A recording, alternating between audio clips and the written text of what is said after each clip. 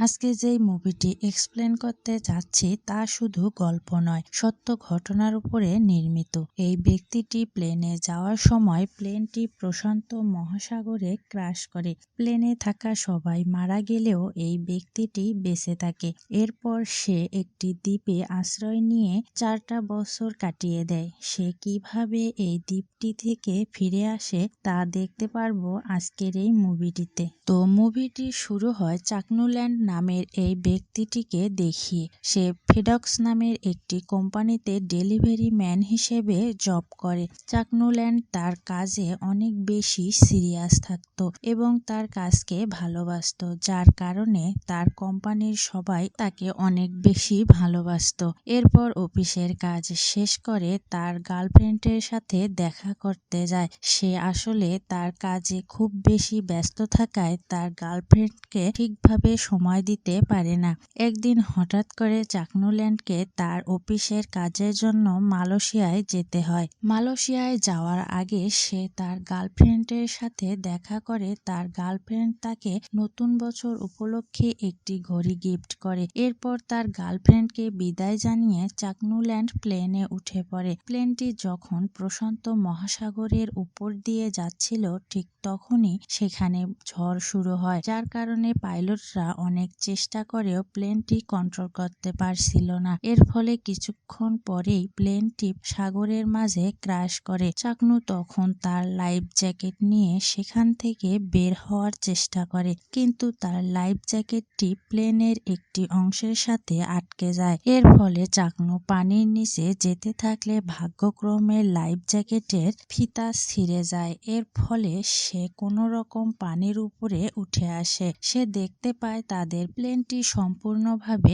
ধ্বংস হয়ে গেছে এবং সে ছাড়া এখানে আর কেউ বেঁচে নেই। এরপর সে তার জীবন বাঁচাতে একটি লাইফ বোটের উপরে উঠে পড়ে। প্রচন্ড ঝড় এবং বাতাসের ফলে সে জ্ঞান হারিয়ে ফেলে।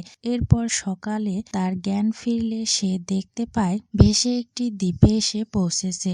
সে এখানে আশেপাশে কাউকে দেখতে পায় না। এত কিছুর মাঝেও তার গার্লফ্রেন্ডের দেয়া ঘড়িটি তার পকেট থেকে বের করে এক দৃষ্টিতে তাকিয়ে থাকে। মুহূর্তের মাঝে সে সবকিছু হারিয়ে একা হয়ে যায়। এরপর এভাবেই সেখানে রাত হয়ে যায়। সে ওখানেই চুপচাপ বসে থাকে। পরের দিন সকাল হলে সে আশেপাশে খুঁজতে থাকে তাকে সাহায্য করার মতো কেউ আছে কিনা। সে আসলে কাউকেই দেখতে পায় না। সারাদিন না খেয়ে থাকার কারণে তার প্রচন্ড ক্ষুধা পায়। ওখানে থাকা কিছু নারিকেল পেড়ে পানি খায়। এরপর সে হেঁটে আশেপাশে দেখতে থাকে এখান থেকে বের হওয়ার কোনো উপায় আছে কিনা। পাথরের উপর দিয়ে হাঁটার কারণে তার পা ছিলে যায়, যার কারণে সে তার পরনে থাকা প্যানের একটি অংশ ছিঁড়ে তার পায়ে বেঁধে নেয়। এরপর সে পাহাড়ের উপরে উঠলে সেখান থেকে একজন মরে থাকা ব্যক্তিকে দেখতে পায়। তাকে পানি থেকে উপরে উঠিয়ে নিয়ে আসে। এরপর তার পায়ের জুতোটি খুলে নেয় এবং তার পকেটে একটি টর্চ লাইট দেখতে পেয়ে সে এটি নিয়ে তাকে বালুর নিচে কবর দেয়। এভাবেই রাত হয়ে যায়। রাতের বেলায় সে ছোট একটি গুহায় শুয়ে পড়ে এবং টর্চ লাইট দিয়ে তার গার্লফ্রেন্ডের ছবি দেখতে থাকে। এভাবে সকাল হয়ে যায়। তার ক্ষুধা লাগলে সে সমুদ্র থেকে কয়েকটি মাছ ধরে খেয়ে নেয়।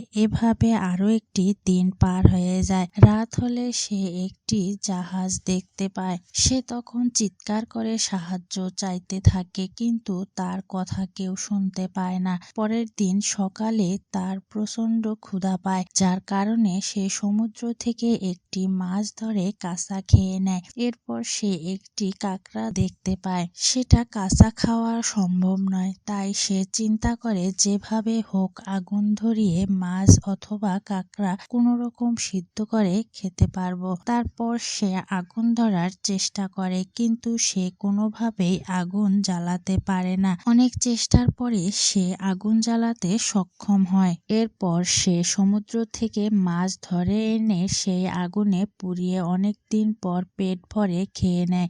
এভাবে ঠিক 4টি বছর কেটে যায়। সে এত বছর অনেকভাবে এখান থেকে বের হওয়ার চেষ্টা করেও কোনোভাবে বের হতে পারেনি। তবে সে এখন এখন এখানে অনেক ভালো রয়েছে এবং এই দ্বীপে কিভাবে টিকে থাকতে হবে সবকিছু বুঝে গিয়েছে। আর তার দাড়ি গোঁফ সবকিছু অনেক বড় হয়ে গেছে। একদিন সকালে সে সমুদ্রের কিনারে স্টিলের একটি বড় টুকরো দেখতে পায়, আর তখনই তার মাথায় একটি বুদ্ধি চলে আসে। সে তখন অনেকগুলো ছোট গাছ কেটে একটি ভেলা বানানোর চেষ্টা করে। অনেকদিন চেষ্টা করার পর সে ভেলাটি ঠিকভাবে বানিয়ে ফেলে। তাই সে এই দ্বীপটি থেকে চলে যাওয়ার সময় তার গার্লফ্রেন্ডের দেয়া ঘড়িটি নিয়ে নেয় এবং সেখানে একটি পাথরের গায়ে লিখে যায়, আমি এই দ্বীপটিতে 1500 দিন পর্যন্ত আটকা পড়েছিলাম এবং আমি আমার গার্লফ্রেন্ডকে অনেক বেশি ভালোবাসি।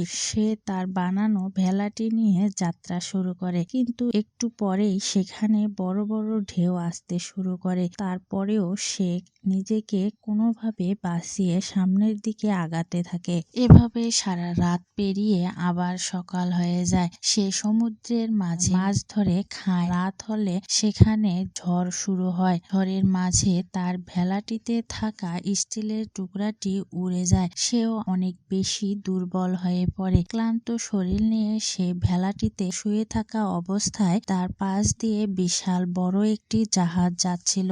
জাহাজের লোকরা তাকে দেখতে পেয়ে জাহাজে উঠিয়ে নেয়। 4টা বছর পরে সে জীবিত হয়ে ফিরে আসে। সে এখানে এসে জানতে পারে তার গার্লফ্রেন্ডের বিয়ে হয়ে গিয়েছে। এখানে তার গার্লফ্রেন্ড এরও কিছু করার ছিল না, কেননা সবাই মনে করেছিল চাকনুল্যান্ড মারা গিয়েছে। তো বন্ধুরা, এই ছিল আজকের মুভির গল্পটি। গল্পটি কেমন লাগলো তা অবশ্যই কমেন্ট করে জানাবেন।